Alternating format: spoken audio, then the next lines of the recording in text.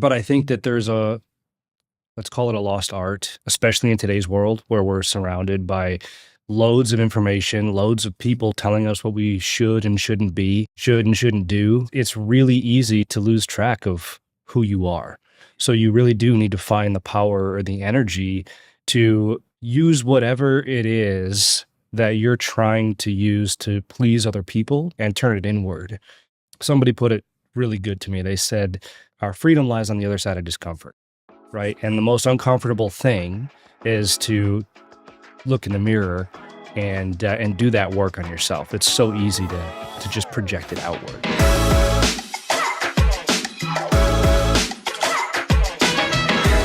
Yo. Hey, man. What's up, man? It has been a while. The last time we met was at a diner. That's right. And here we are on Diners and Deals. Full circle. I love it. I'm here with Josh Zolin, the CEO of Windy City Equipment Service.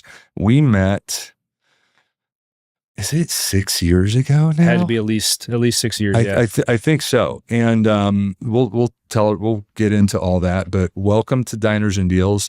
I am so excited for you to be on that side of the table because you have an incredible podcast. You've been doing a lot of work for the community, and this is a chance for you to just relax, just like we would, and chit chat. Of course, we're here in an office somewhere in Phoenix. We're not in Chicago at the S&G Diner. Noise issues wouldn't allow us to do that. By the way, everyone, and you'll get photos later, 7-Eleven, I still want you to be a sponsor, okay? You're the best store in the world. Chris Tanko, I'm talking to you. I've got on all types of swag. We'll get some photos of that later. The ladies out here, everyone agrees that 7-Eleven is the best store in the world. You need to be a sponsor of this podcast. But anyway, dude, it's I've admired your journey. We've had a chance to become really close friends, and I appreciate you being here to talk to us about the entrepreneur's journey and the ups and the downs and all the stuff. How you feeling today, by the way? I'm good, man. So first off, thank you. Of course. Not only for the kind words, but for inviting me on your podcast. It is nice to be on this side of the microphone for once. Every once in a while I get an opportunity to do this, and it's a lot of fun, and so I appreciate the opportunity there. And of course. Yeah, man, I'm feeling great today. Actually, my younger brother, I can't call him little brother. My younger brother got married yesterday. Oh my gosh. Yeah. So we had the whole wedding and reception and all that yesterday. It was amazing. So today it's just a reminder of all the happy things in life, man. Yeah. That's incredible. Well, we'll talk more about that. So tell us about the company. Yeah. So as you stated, my name is Josh Zolin. I'm the CEO of Windy City Equipment. Not based in Chicago. But there are some Chicago roots. There are some Chicago roots. So my dad started the company. He's from Chicago. Started the company in 2003. Wow. And then I came on in 2008. So he had the company for about 5 years, repairing restaurant equipment. So at that time, just hot side restaurant equipment, fryers, ovens, stoves, that kind of stuff. And for lack of a better term, he was a trunk slammer. He was, chucking a truck. That's what he did. Tell everyone what a truck. I mean, I think everyone gets it. Yeah. But what was he doing? Let's talk about what his day looked like. No, I appreciate the specificity. So, he was a technician. He was out there fixing fryers, fixing ovens, fixing stoves for commercial restaurants. Yep. And so that's what he did. And his roots in Chicago, we don't have to get into all of it, but he was a stuntman. Then he got into some of my roots too, but then he got into being a foreman at a bakery. So he got his hands dirty, like actually fixing equipment. Yep. Then when he moved out here, because he absolutely hated the cold, he already had a trade to fall back on. So he started to build on that just by himself. Yep. And he's a very personable guy. So he just went in, made friends, and said, "Hey, I can fix that for you." Wow. That's amazing. And today, just give us some stats that you're comfortable with on the company. Like, it doesn't have to be revenue or things like that, but number of employees, number of locations that you take care of, cities that you operate in, the trades that you cover. So from those origins in 2003, you joined in 2008. Yep. today, what does the company look like? So today, as it stands, we are about 65 employees. We operate in 3 states. We're in Houston, Albuquerque, and here in Phoenix and Tucson. So we have 4 total branches. Wow.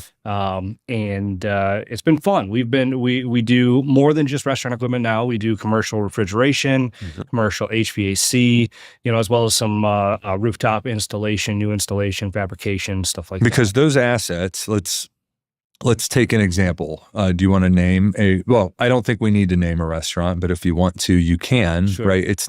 They're not only going to have cooking equipment in the restaurant, they're going to have refrigerators and freezers, and they're going to have a cooling environment. That's right. And so and we can talk about, if you want to, how these trades are different, van stock, different technicians for different types of jobs. But you entered the market just taking care of hot side. Yep. Now you're taking care of multiple types of equipment. You saw the opportunity to service the entire portfolio of that equipment at a location. So you've grown, right, the number of services that you provide to the same client. Yes, absolutely. Yeah. Which is, as you know, infinitely more profitable than just gaining new business, right? Absolutely. The tricky thing though is, right, especially if you have a portfolio, now you've got a portfolio of services, and now you're typically going to be servicing a client with multiple locations. True. And so you're only as good as your last service job. I love that you said that. Take it from there. Yeah, that's a motto of ours, right? And so the way I put it to my team is, our reputation is all that we have. Our reputation is our signature. That's how it's written in our values, right? And so the way I tell the general public is, they tell you that after high school, reputation doesn't matter, and they lied. It absolutely does. And this is exactly why, because you're only as good as your last job. So every single job that a technician goes to, he needs to make sure is done accurately and performed efficiently, and just to the utmost of their ability. They need to make sure that piece of equipment is working flawlessly before they leave, to the best of their ability. Yep. Otherwise, it blows back on us right away. Especially in your environment. And we're gonna do the Diners and Deals format here. I'm gonna take you back, but it's really interesting. Like, when I started my career in this industry broadly, which I call the built environment, right, which is buildings and assets within them, right, in the real world. And I started in industrial, and we had a number of clients. Caterpillar was a really big client of mine. We actually took care of the production equipment, the production lines. We had uptime contracts, right, for the manufacturing lines within the facility, not just outside the yellow line. We were operating inside the yellow line, not just the enabling infrastructure, the chillers and the boilers and the landscaping, the building envelope. We were actually operating the production line. That's where they make money. That is the most critical thing. You step into a restaurant and you're fixing the cooking equipment. That is the production line. That is down. They are not making money. That is up. They are. So like, you are providing mission critical services to your clients. Absolutely. Yeah. Everything's an emergency, right? Yeah. Especially when you're dealing with something like that. And that's another thing that we say, is that we can't dictate what an emergency is. A customer may call and say, hey, I've got a fryer down, and we know for a fact that they've got 10 fryers. So to us, it's like, well, what is the emergency? But to them, it's like, no, we only have 9 fryers. You don't understand. You've got to get here. That's right. Right. That's right. It's an incredible business for those who, and it's hard to operate at scale, which it can be, which we'll talk. So let's go way, way, way back, because you mentioned some stuntman work in your father's background. You alluded to, you might have dabbled in something. Yes. So where did you grow up? Good question. So we'll go all the way back. Yeah, please. So I grew up technically in Kenosha, Wisconsin. Okay. I started my life in Simi Valley, California. So my mom and my whole maternal side were stunt people. Yep. My grandfather doubled for Charles Bronson. He was one of the trailblazers in the stunt industry. Literally just died last October at 94 years old. That's a great life, and I'm sorry. Yeah. And I mean, he was an incredible person, what he accomplished. So anyway, him, my mom, all my uncles, they were all stunt people. Well, My mom and my dad met because my dad wanted to be a stunt person, so he went through their stunt school. wow. So they got together. So both my mom and my dad were stunt people, moved out to Kenosha, Wisconsin, opened up a stunt school there. Wow. So they had since separated. They separated shortly after that happened. My dad went to work for the bakery in Chicago. Yep. And my mom continued teaching the stunt school. So that was the original family business. The stunts are in my blood. I love it. And that's what I grew up doing. I started teaching that stunt school when I was 14 years old. Wow. And when I turned 18, I moved back out to Hollywood and I pursued that career all the way up until I came to Arizona here. All right. So explain this dialogue with your father. Yeah. That got you to be like, all right, I'm giving this up. I'm coming to Arizona. Dad, I want to run this business with you. Yeah. What was the pitch? So it was more of a plea. All right. You asked a really good question. So I will say that even though stunts is what I knew and what I thought I loved, it wasn't who I was. I grew up thinking that's what I was going to do the rest of my life. That's what made me cool in high school. My license plate said J Stunts, for God's sake, you know, and so I moved out and just fully prepared to do stunts the rest of my life, you know, but it caught up to me. I looked around and I saw my uncles and my grandfather limping around and, you know, they're sore from head to toe because of some of the stuff that their bodies go through. Yep. And not only that, Seth, but what really got me was just it wasn't in my DNA to be the crash dummy for somebody who someone else deemed more important than me. Because what happens, right? If the actor gets hurt, production shuts down. Stuntman gets hurt, it's next man up. And I just didn't. That never sat well with me. So when I say it was a plea, I made a decision that I wanted to get out of the stunt business because I was going through this, call it an identity crisis, right? I didn't know what I was or who I was or what I wanted to do. So I called my dad and I said, hey, Dad, I have no idea what you do for a living. Yeah. I have zero clue what's entailed, but I know that there's opportunity in it. And I know I don't want to see you on your hands and knees for the rest of your life. So how can I come out there and work with you? That's amazing. You know, there's a lot to unpack there. We could do 2 hours on the unpacking of the identity formation of entrepreneurs, right? You know my history. I'm public about some of it, but I remember when I could no longer, my identity became around 12 years old. I was going to be a basketball player. And then I was going to be a basketball player and a coach. And then I started to get injured and I came back from that. And I came back from that. And then eventually the injuries caught up with me and I couldn't be cleared to play anymore. I started to coach Division I basketball when I was 19 years old as a student assistant and then as a full-time assistant. And then I needed a break from the game. Yeah. And I had to go figure out who I was without basketball, right? And then that started a whole journey that I'm just really onto now, this transformation that I'm going through. You and I have talked about this. I started to write a song just this week because superhero mythology has played a big part in my transformation as a professional and as a person. And I was taking a look at a lot of superheroes and their origin story and how it's based in trauma.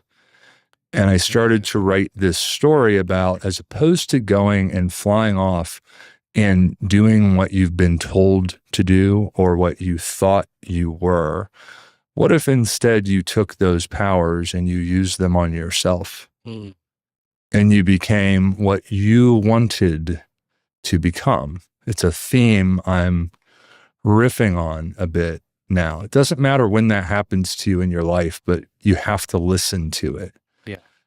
So can you want to dive? I see you. I see the wheels churning. Yeah. Do you want to riff on that a little bit? Sure, man. I think that's a really incredible way to look at it. And there's a lot of ways I think to look through that same lens, right? Whether it be superheroes or whether it be self-awareness or whether it be, IFS therapy or whatever, but I think that there's let's call it a lost art, especially in today's world where we're surrounded by loads of information, loads of people telling us what we should and shouldn't be, should and shouldn't do.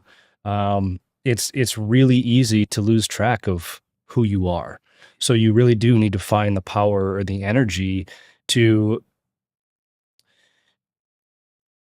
use whatever it is that you're trying to use to please other people, to make other people think something of you and turn it inward. Yeah. Because at the end of the day, I think somebody put it really good to me. They said, discomfort, our freedom lies on the other side of discomfort, right? And the most uncomfortable thing is to look in the mirror and do that work on yourself. It's so easy to just project it outward. I agree. And there's really no looking back. And most of the founders, I now count myself in that category, not something I ever thought I'd be. But this is part of, as you said, it's part of your DNA, and you have to listen to it. And as opposed to subrogating yourself as a stuntman, right? Yeah. And putting yourself in service to someone else's mission, right? It's to become your own. That's right. Right. And so Dad, so you and Dad have this conversation. Yeah. And he says, yeah, come on over. I need help. Something to that effect? Something to that effect. It was more like, yeah. It was more like, come on over and we'll see what happens. Okay. You know? Okay. You know, which is fair. And listen, I think it's fair to say I don't have a lick of college under my belt. I didn't, after high school, I stopped. I was very vocal. I'm going to be a stuntman, remember? Yep. So I don't need to go to college. I know everything there is that I need to know. So, and I didn't start out saying, I want to take over this business. I want to grow it. I want to blast it off to the moon. That's not how it started. It started just, I need to learn how to become a technician. Yeah. I got to learn how to fix this shit. Yep. So let's talk about, so you come over and let's talk about the program that somehow you all crafted for, let's say, your first 6 months. Program. I know. I'm using fancy words. Yeah. So let's talk about your first 6 months. This is great. This is great. To recount all this, I think there's true value in it for me. Forget about the camera. Yeah. Right. Forget this stuff is here. This is us chatting. This is great. So there was not so much as a program as there was get your ass in the truck and let me show you how it's done. Right. And when I say that, I mean, it was culture shock for me. I came from Hollywood. Remember, I was at red carpet events. I was staying up all night doing God knows what, and so here I am now getting up at 4:30, 5 o'clock in the morning to go service restaurants. We can't be in the kitchen when it's super busy. So you got to work around all that. And so, I'm falling asleep in the passenger seat, just trying to keep my eyes open. He's like, hey, we got shit to do. Wake up. I love it. And, if you know my dad, he's not a ride the coattails kind of guy. So I was making minimum wage at best, which back then, I was making like $10 an hour, $11 an hour, maybe if I was lucky. And maybe he'd give you some overtime, but I doubt it. No, that wasn't in the cards. It was like salary at $11 an hour. If the labor board is listening, that's long. This is a long time ago. This is a long time ago. No, but so I had to get a second job, right? So I would work with him from 5 a.m. to about 7 p.m., 6 p.m. And then from 7 p.m. to 11 p.m., I would go deliver pizzas. Wow. Because I'm a very driven person and I not only needed to live, but I needed to save so I could start building a family and a house and all the stuff I wanted. Okay. So at some point in time, so you're learning to fix equipment, you're working 2 jobs. Yeah. And what was the next step in your evolution in turning this into the business it is today? What happened next? Take your time. Yeah. So my dad had a cousin pass away.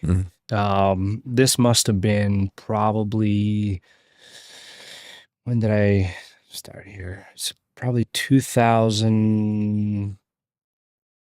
2010. Okay. Had a cousin pass away. I was still a technician at this point, but he had to forward the phones to me because he had to go back to Chicago. Okay.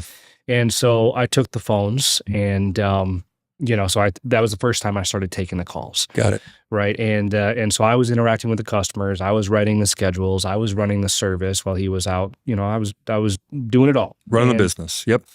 And so he got back and he realized that the business still functioned. And so he never took the phones back, ever. Interesting. He left the phones forwarded to me for the rest of the time until we actually could hire somebody to answer the phones. So that was the next evolution because he understood, that I could I would do whatever it took, right, to keep it afloat. Yeah, and that it's interesting because you have two kind of things going on there. You've got sometimes an awakening of our mortality, right? When someone passes and it starts to shift things in our mind, if we haven't already thought about this. I think about this all the time. And in my business, she's listening, I want Jordan to run this business one day. And de Gaulle, I always quote de Gaulle incorrectly when I say the graveyards of the world are full of the indispensable. Yeah. I love that. Our time will end. Yeah. And so how do we build legacy? How do we build sustainability? Like, we are here for a brief period of time and the world keeps on turning. Yeah. And so you have that, and then you have the realization that, oh, well, I was gone. Things are working okay. Like, it didn't, like, the business is not necessarily as dependent on me, and we can start to change things to perhaps start to scale. Now, those things may not have awakened in him, but you probably started to have an awakening then and there. I did. Yeah. And you mind? You take it wherever you want. This is your time. Okay. Because I think there's some good lessons in here. At that point, that's when I started to understand my capabilities at the most simple sense of the word, right? Answering the phones, doing the schedule, running the service. I mean, capabilities, that's a really strong word for that, right? Yeah. But it started to instill this confidence in me that I could actually do this. Because I think any entrepreneur, especially coming, in this industry, going from tech to owner, man, that imposter syndrome is a real thing. Am I cut out for this, or should I just be a technician? Like what, And so I really started to lean into this. So I started to get my arms around the back end, right? How to do the invoicing and the estimating and the parts ordering, procurement, all of that kind of stuff. And then the P&Ls and the balance sheets, just trying to understand what it all meant and tie it all together. Yep. And so, move through the years, we started to bring on a couple of employees. And my dad was very clear, hey, if we want to bring on employees, they're your problem, they're not mine. And you got to know my dad, because even today, like, he loves our employees. Yes. But back then, that's just not what he wanted. He thought he was going to be working like that for the rest of his life. So you fast forward, and I kind of worked my way up the ranks. I was still in and out of the field, right? I was struggling with, am I good enough? Okay. And this is something that I think everyone can relate to. Everyone can relate, right? At some point, am I good enough to do this? And I'm going to talk about another transformation. And excuse me, I'm tired. I had this reception yesterday. I get a little emotional. It's when I'm please tired. Be emotional. It's okay. So 2015, my wife, her sister's her best friend. They're Irish twins, 11 months apart. And so my wife gets a call just after Christmas that her sister had the flu. No big deal. She actually worked at a hospital. She was an X-ray tech at the hospital. Came down with the flu, and so one night, it was New Year's Eve. She checked herself into the hospital. She just wanted to be there because she wasn't feeling good. She was like, "Oh, this is the sickest I've ever been," And my wife, riddled with anxiety, love her to death, She said, I'm super worried about my sister. And I said, well, trying to make her feel better. This is not an episode of Grey's Anatomy, sweetie. Everything's going to be fine. She has the flu. 3 hours later, we got a call saying they were doing chest compressions and that she had gotten septic and we lost her that night. There's a lesson in here, I promise. A couple of them, lots of them. It speaks directly to your point earlier, right? We don't know what's going to happen tomorrow, whether it's us or whether it's somebody we love. And that changes you when you're that close to it, right? The days that ensued were some of the hardest days of my life, especially her life, even more so. That was her best friend. Yeah. And so I had to be there to support her and her family. And I mean, she was 26 years old, when this happened, her sister. So way too young, and I remember leaving. We had probably 5 or 6 employees at this point. And, I was on a plane that night with Kelly and we got back out to Wisconsin. And I remember coming back and looking around and nothing looked the same. I looked around and I said to myself that everything just looked like an opportunity. There was the imposter syndrome kind of melted away. Everything that didn't matter just kind of melted away. And what I was left with was this raw drive and ambition to conquer the fucking world, because that's we don't know. We don't know what's going to happen. My time went from my entire life to today. You had your mortality moment. That's it. And so I looked at today and I was like, okay, I'm not where I want to be. Yeah. No one's going to bring me there except me. Yep. And now it's go time. Yep. Thanks for letting me share that. No, appreciate it. Josh, first of all, thank you for opening up and trusting. And you're going to help. You don't know how many people you're going to touch. And I know this is part of your ethos, but to do what you just did, I feel so honored that you feel comfortable sharing that with me. Thank you. I do also want to just interject one more thing, just because I'd be remiss if I didn't. Since then, her family has pretty much devoted their lives to sepsis awareness, saved countless lives. They do scholarships for nursing interns, x-ray techs, stuff like that. And they've gotten protocols passed through the CDC because all this was somebody that didn't know what was going on. And so they've done immense work. So aside from what it did for me personally after this moment, that mortality moment, I can't speak enough good things about my wife and her family about what they've done. Yeah. When we're done here today, I'd love to get in touch with her family, because I'm getting ready to do something similar in my own world. I'm public about a condition called CPTSD. It stands for complex post-traumatic stress disorder. It stems from severe childhood abuse that I tried to hide my entire life. And I got to a point where I couldn't deal with it myself anymore.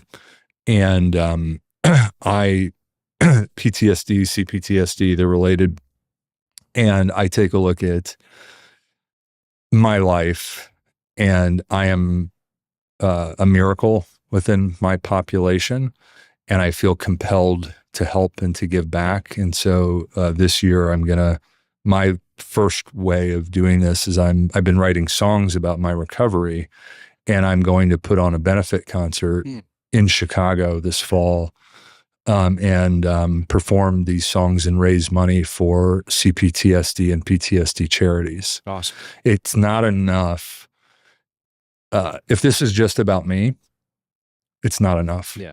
It doesn't work that way for me. And that's the same thing with what we're doing here. Yeah. If we have to be able to share our stories with other founders and entrepreneurs, because we're all kind of going through the same thing and we just don't talk about it. Right. So that's incredible. So All right. So you come back. Yep. And you have this, you're going through this internal transformation. Mm-hmm. And what do you do next? Where does it begin? Or wherever you want to take it. Yeah. Well, so what I did next, this was 2015, after getting my bearings and completely shifting my mindset.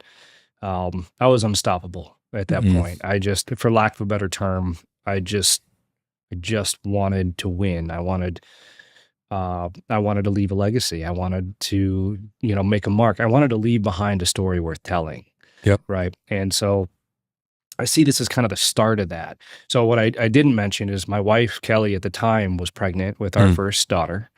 And so later that year in June, she gave birth to my first daughter, who's 9 now. And, so I went from one transformation to another transformation, right? Because the day I became a dad, I was like, okay, well, now it's really go time, right? I got this little thing in my arms and I'm like, I gotta take care of this. Yeah. This is real. Yep. And so I'll tell you, Seth, that was at that point, I just tunnel vision to success. Yep. Right. We opened up a branch so we opened up a branch in Tucson. Then I brought on a couple of incredibly talented people to help me open a refrigeration and HVAC division. Yep. And so we did that. We grew the business even more. I'll kind of fast forward now. Please. Right? Sure. So we grew the business even more. We outgrew our warehouse that we had bought. So we bought another warehouse. We opened our Houston location in 2019, opened our Albuquerque division in 2020. And in 2019, I wrote a book called Blue is the New White, The Best Path to Success, that nobody told you about until now. That's how you and I connected. I saw that. Yeah. Mm-hmm. Yeah. And so this was a passion project of mine because I started at this point to see the opportunity that was within this industry. It was really once I started bringing on experienced technicians, which is what I realized I needed to grow. Yep. I realized what I was up against. And I was like, holy shit, you guys are making a lot of money. Yep. And you are expecting a ton of benefits. And it's like that because it's this way everywhere else.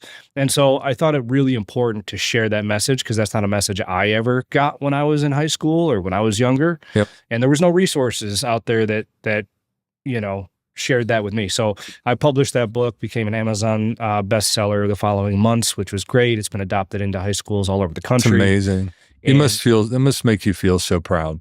It does. It does. But you know what? Not for me, for the people who actually have direction now. That's right.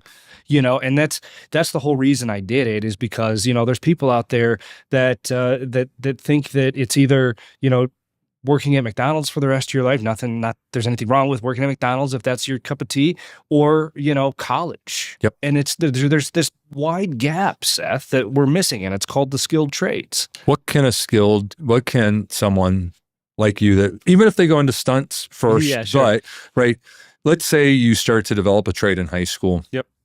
And perhaps you go to a vocational school, right, to get certified. You come out as a hot side technician or as an HVAC technician or refrigeration technician, 20 years old. Where can they start?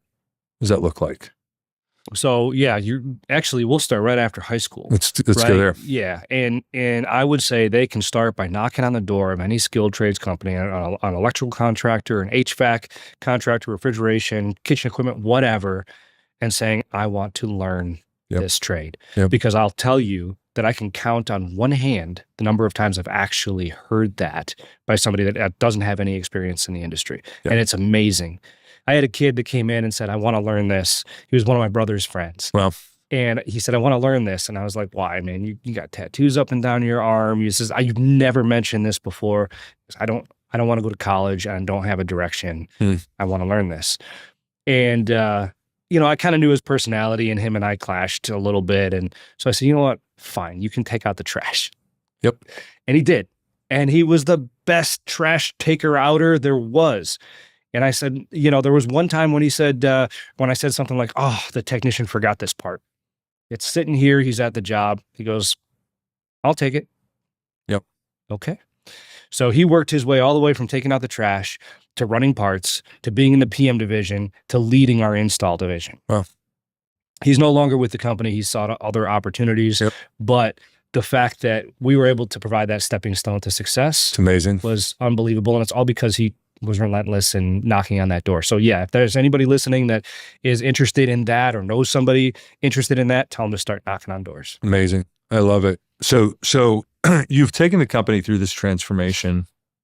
I want to talk about a few things in the scaling journey. Yeah. Let's start with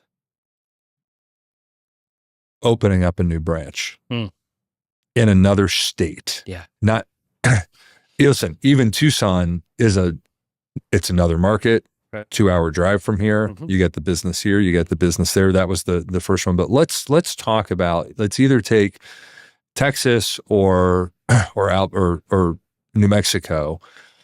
Talk about that process of and these were de novo. You didn't go acquire an existing business there. So pure de novo, pure startup, likely existing clients, I assume, right? With locations in those markets, really like what you're doing here.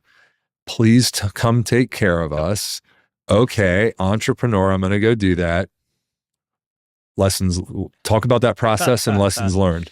Yeah, absolutely. No, this was a good process. So, you know, I'll start with, we're conditioned to think that failure is bad, right? And when the exact opposite is true, failure is good. It's the only way you can learn anything. It's the only way you can succeed. And so our first attempt, even in Tucson, but our first outside of the state market, which was Houston, it failed so many times before we actually got off the ground, right? I mean, it was, and Seth, I had made this business plan, this market expansion plan. It was global domination, right? I mean, and it was thorough, and we had everything. We had competitor rates, and we had geographic regions, and we had, you know, because you're part of peer grouping, and you can get all the data on a spreadsheet right there. And it was right there. How could it fail? Right. So we got it all in. We brought the people on, and we were just stagnant, even with the customers that said, hey, we need you in Houston. We were just stagnant. And the biggest lesson we learned from that is local leadership. And that was something that we were vastly missing. It was something that I think maybe vanity, you know, I thought I could run it remotely. I thought that it would be enough, but it wasn't until we sent one of our own out there that kind of knew the culture, knew the business, knew the style of work. To actually open and you know, run that team. Once we did that. Because you can marry that with local expertise. You can, right? Absolutely. So lesson for founders. You know, I talk about this a lot. I think the best, if you're going to go expand into a new market, de novo, right? Find that person on your team that's the emerging general manager that wants an opportunity. Now, we can also take a look at things like equity, giving them unit economics, right, in that branch, things of that nature. But someone that has come up in your shop, knows what we stand for, knows the operating model, emerging leader. But guess what? There's already a leader doing that job here. And we might lose those people, right, to a local competitor, or they might spin out and go open up their own. If it's in their DNA, you're raising people in your image. They are going to want to be able to, they're going to want to run their a business. And so you can provide them with that opportunity. And this is a lesson that, and you've probably then got this is one that you can then kind of rinse and repeat. Let's also talk about the customers say, hey, we need you here. And then you show up and it's not quite turning on. What are some of the dynamics with the commercial motion that we have to address when we go to a new market? Yeah, no, that's a really good question. You know, because you hear, for instance, we take care of a popular pizza place. They had 70 locations in Houston, and they were one of them that were like, hey, come on out here. Okay, well, that sounds great. Right. So we invested in the technicians and the team and, you know, all of that. And parts and a location and trucks. All of that. Insurance. Insurance, all the things that come along with it, right? We knew we were going to lose money before we made money, and that's fine. Founders understand that. Entrepreneurs understand that. The other part that we missed was a guarantee of work. It doesn't exist. Oh, right. Right? Oh, right. Right? Oh, right. Yeah. Uh-huh. Yeah. So yeah, you have 70 stores. So what? Oh, guess what? We're actually we have another vendor out there, obviously. But Someone's doing the work today. yeah. So we're gonna start you off with 25% of that. Uh-oh. Oh. And HVAC only. Oh, okay. All right. Well, good thing we have 3 other customers, you know, that are there too. And okay, that one's gonna give us 20%. That one's gonna start us on hot side only. Okay. So we and by the way, it's not guaranteed. And by the way, you're a list, right? Because it's urgent. Yeah, right. So it's not going to break on Tuesday, Wednesday, and Thursday. Right. Yeah, absolutely. And that's the other part of it, right? Is that you can't predict when this stuff is going to break. You know, so we actually started leaning a little bit more into planned maintenance agreements and stuff like that. So we had steady income we could count on, you know, and then that from there we could grow our customer base, you know, and really where we really focused was the customers we already had, right? What do we need to do to get the other 75% of your stores? What do we need to do to get all of your other trades that we can service? That's right. You know, and that's where we started to succeed. Let's also talk about your organization. So this started with Dad, ride along, teach me. All right. Now we are Tucson, Phoenix, Houston, Albuquerque. Somewhere along the way, to be able to do that effectively as a CEO, you've got to start to build an organization. Yes. What is that today? What does that organization look like for you? And then are there certain parts of it, perhaps in the office of the CFO, that you still might be figuring out the right formula? Yeah, that's a really great question. So I want to address one thing first. We've closed our Albuquerque branch. Okay. I think I was talking like it was still open. Got it. So I just want to make sure that we established that. It's only a couple months ago that we actually officially closed it down. So sometimes I got to remember. That's okay, and we can talk about that too if you want. We can talk a little bit about that, but I want to address your question first. So what does the organization look like? Was that your question, basically? So it's gone through several iterations. I don't think that even if we have it figured out now, it will be figured out forever. This is one of the lessons I've learned over the years, right? The business needs look different when you're sub $1 million compared to when you're over $10 million. It's, I mean, valleys apart, right? Absolutely. And so we've actually just in the last 2 months gone through another restructuring. What happened? I'll give you kind of the lowdown, right? I had a vision when we started the business. So the original five. I mean, they've been here the longest. They probably know the most. It just makes sense that they'll work their way up to the executive team and all of that kind of stuff, right? Sure. Yeah. No, that makes sense. They're loyal guys. They're loyal. You know, they got you here. Yeah. You want them to grow with you and the organization. That would be incredible. You know who's left of the original five? Me and my dad. Shocked. Yeah. I'm shocked. I figured. Shocked. You know, and that was just me and my naivety, right? And I didn't know. But listen, it's also speaks to your DNA. Sure. And what you want for others. Yeah. I learned this. My little, you know how I love to throw my anecdotes in. I mean, I remember I learned this in coaching. I can't want it more for them than they want it for themselves. God, that's so true. Number one. Number two, you know, and you can and then as we become something different, because we're starting as, it's kind of like this happens more in soccer than other leagues, right? Because in soccer, you can jump up leagues. Yeah. Right. In other sports, that doesn't happen. Sure. Well, let's say we start way down here and we want to get up to the Premier League.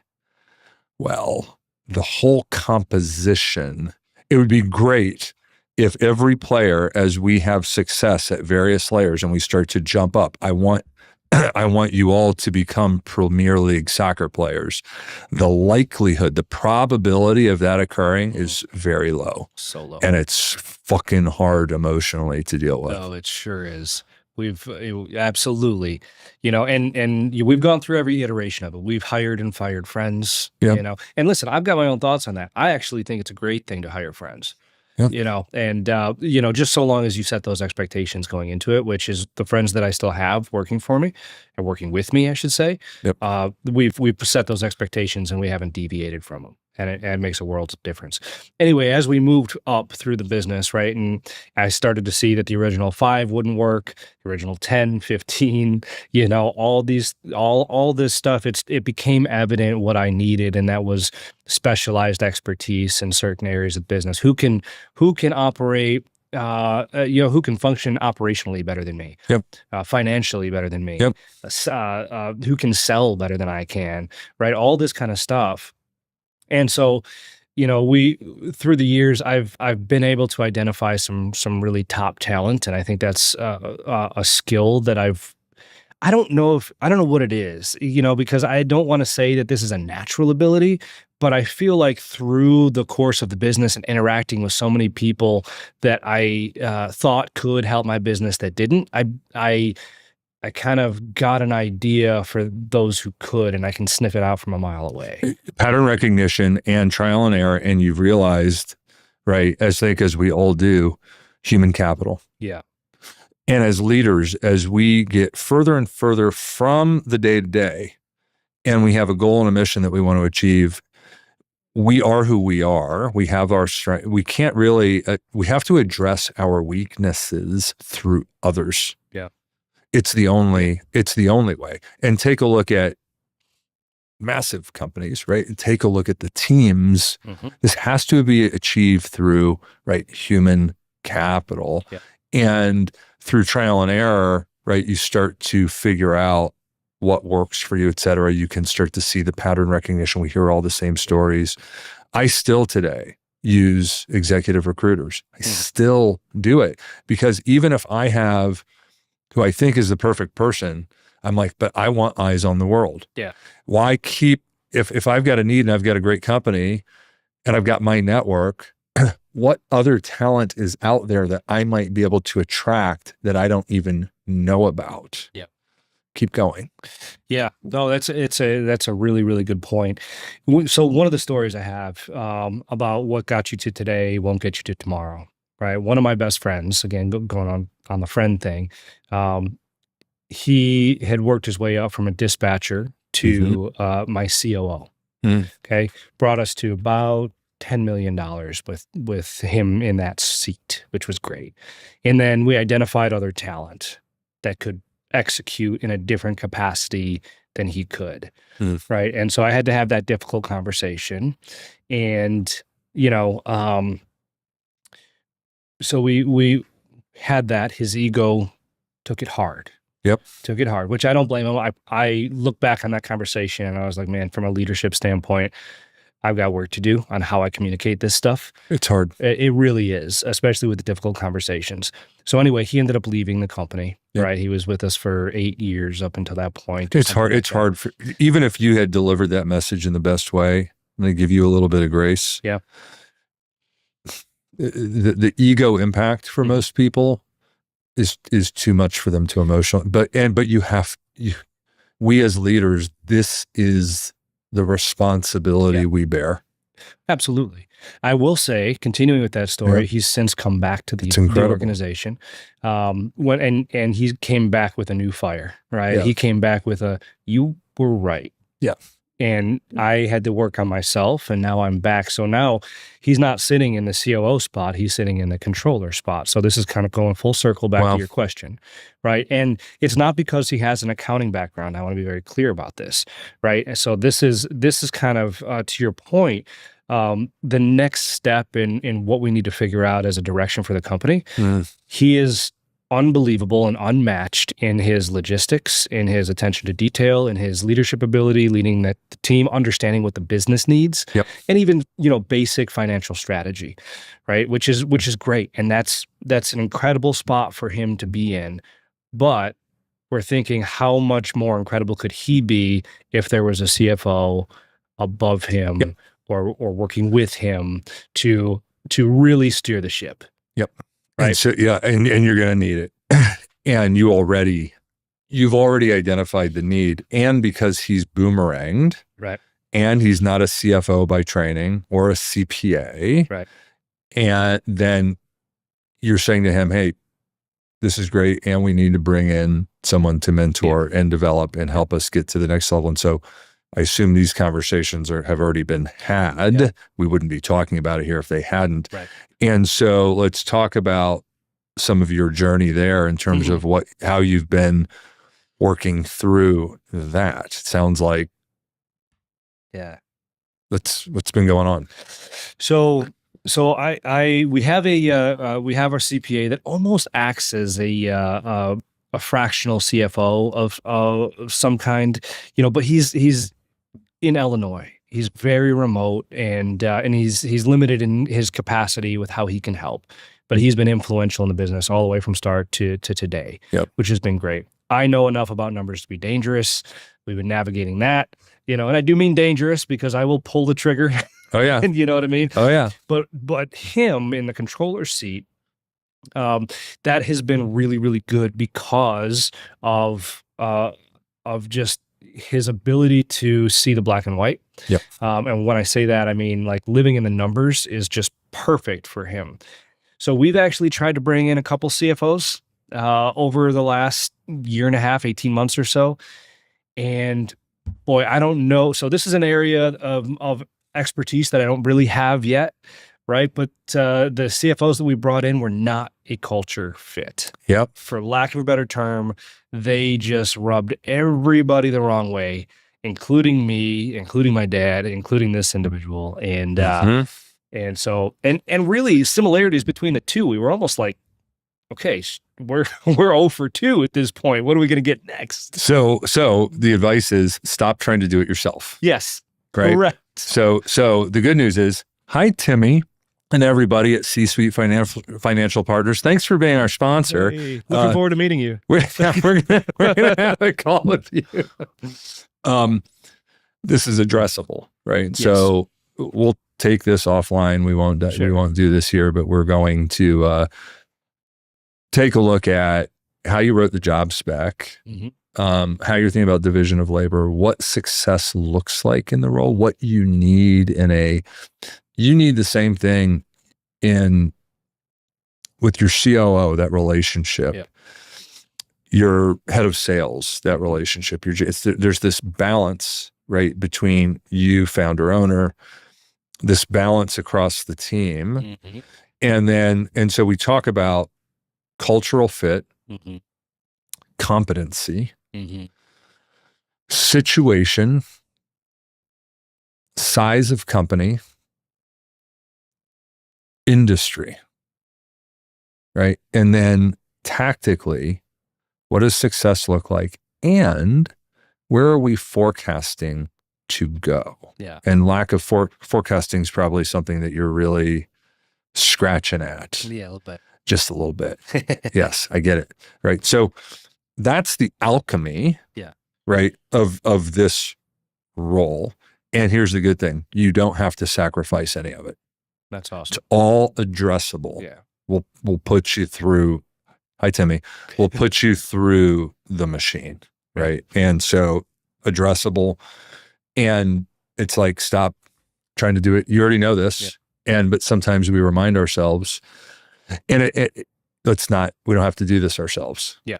Right. There's help. You're not the first company, trust me, in your industry or in any industry to go through this next thing. So now we got a little bit of time left. Yeah.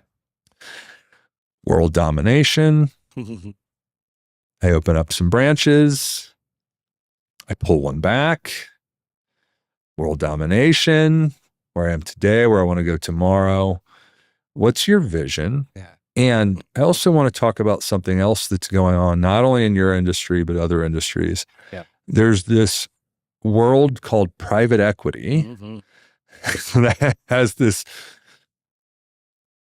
it's been a prevailing wind in your industry, massive consolidation in your industry. And it's a path, it's not a path. But where do you want to take this? And you are, to me, you are part of a group of founders that I think, from my perspective, wants to do this without private equity. But who knows? Maybe at some point in time, you're like, if I just had a little bit of growth equity, I could accelerate this more, but maybe I do that on my own terms. Mm-hmm. Tell me about where you want to go and all those dynamics that are swirling and twirling in your industry. Yeah. That is it's a loaded question. Loaded question. Yeah. So I'll start with where I want to go. It's no longer world domination.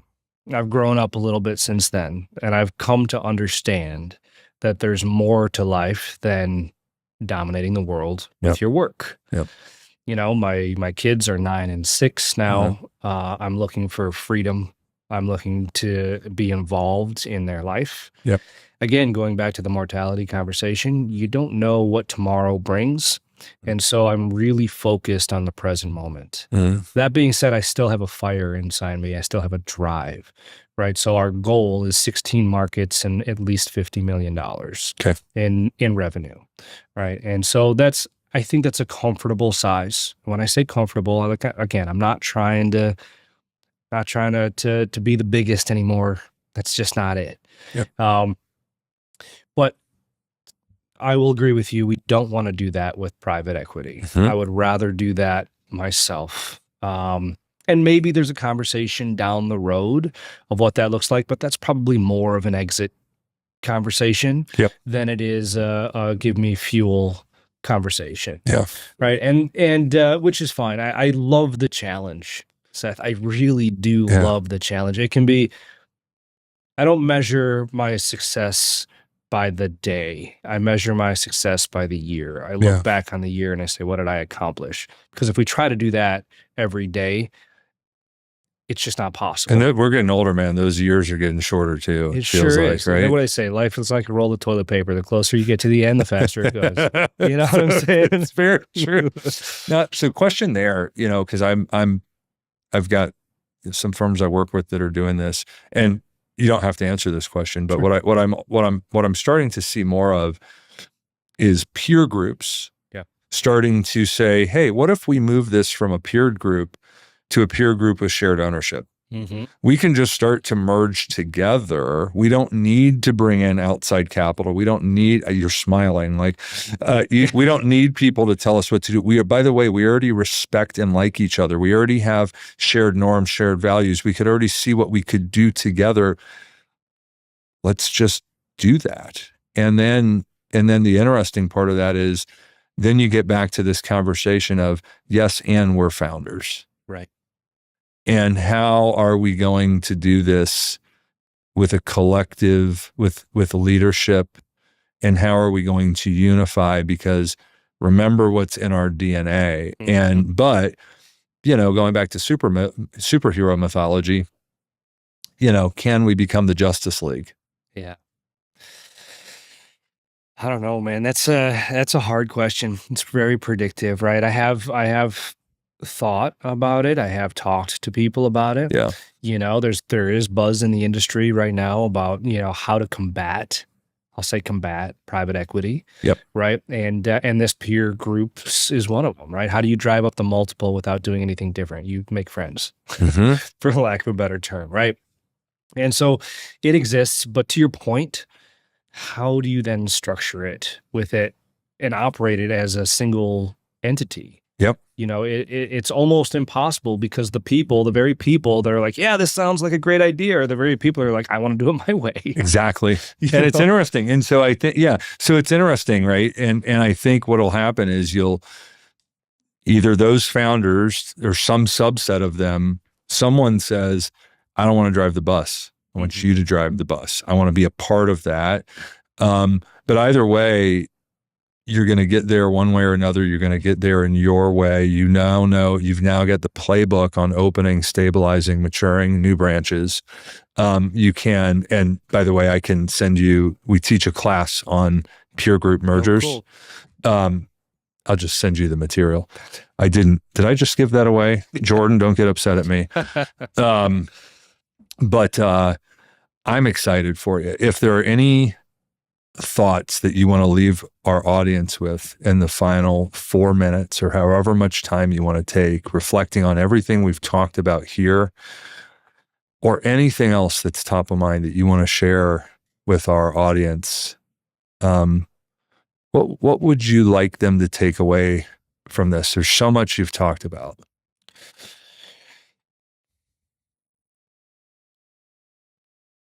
I'll choose a couple of the most important that I kind of touched on a little bit. So the first one is presence. That's really important to me right now. Yeah. You know, I am the poster child for living inside your head. Mm-hmm. You know, I'll plan my entire life, my entire business, and the life of my families for the next 20 years if you put me in a room alone.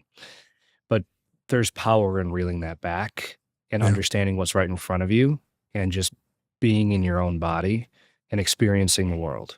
Mm-hmm. And, you know, it might sound corny as I say it out loud, but it's not. It's real, right? And in the day and age that we live in, with information spewing at us from every single angle and people judging everything about us in society any way that they can, and the politics consuming everything, there's so much power in just being able to understand that the most infinite moment you have is right now.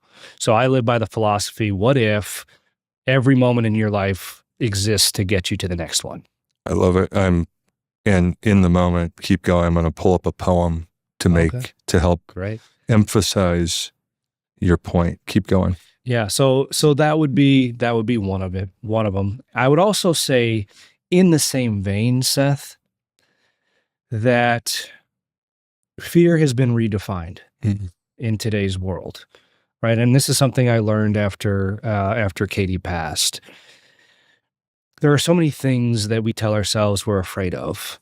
You know, we're afraid of getting up on stage or making a fool of ourselves or doing a crappy job on that report that we were asked to write, or even, you know, what if we don't coach our kids' team very well? We're so afraid of all these things.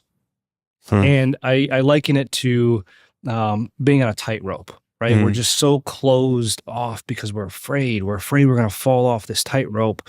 Problem is, we don't know if we're 600 feet off the ground or 6 inches off the ground. Yeah. But we're on this tightrope and we're just assuming we're 600 feet. And if we fall, if we make one wrong movement, we're dead. The reality is we're 6 inches. Yeah. Most decisions are one more decision away from getting right back on that tightrope. Yep. Right. And it's just, we've lost that. We forgot that. And there's so much power in understanding that. That's why I can step up on stage and talk to thousands of people, and people are like, how do you do that? I'm like, what's the worst that could happen? Yeah. I mean, at the end of the day. And I think that's really important to remind ourselves, especially as founders, entrepreneurs, you know, executives. It's just, it's never as hard as you think it is. Yeah.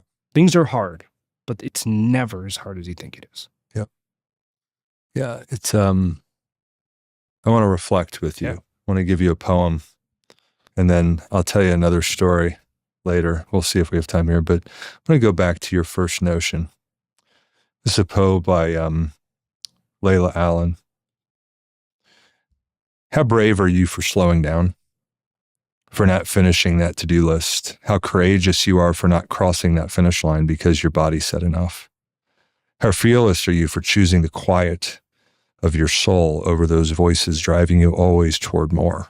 How bold, how rebellious, you out there honoring your own natural rhythm, going against the culture's breakneck speed. I want to make heroes of those who slow down. I want to make heroes of those who listen to their bodies and do not strive for more than what the soul truly needs. I want to make heroes of those who do not force or push, but surrender to each moment as it opens. I want to applaud those who may not be driven towards success as we know it, but instead are nurturing something deep and subtle and needed. I want to celebrate those brave enough to cease all doing, even for a second, and sit with the ache in their hearts. A task many find harder than summiting the highest peak. I want to make heroes of those who honor their limitations, who are unable to keep up with the busyness of our times, yet show up to each profound, necessary moment. Truly, it is an act of courage and rebellion to do any such thing in a world demanding you resist your own self, your own rhythm, your own soul. The paradox is that often when we cease our incessant doing, even for a minute, and listen to that quiet voice within, we discover what it is we absolutely must do and what instead can fall away. We finally hear the call towards what serves our soul and what then will serve the world. Nothing more, nothing less. A hero is simply someone brave. So come, be softly brave. Be a new, quieter kind of hero. Few may applaud, it's true, but your soul certainly will.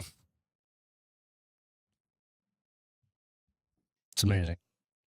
You're amazing. Thanks, man.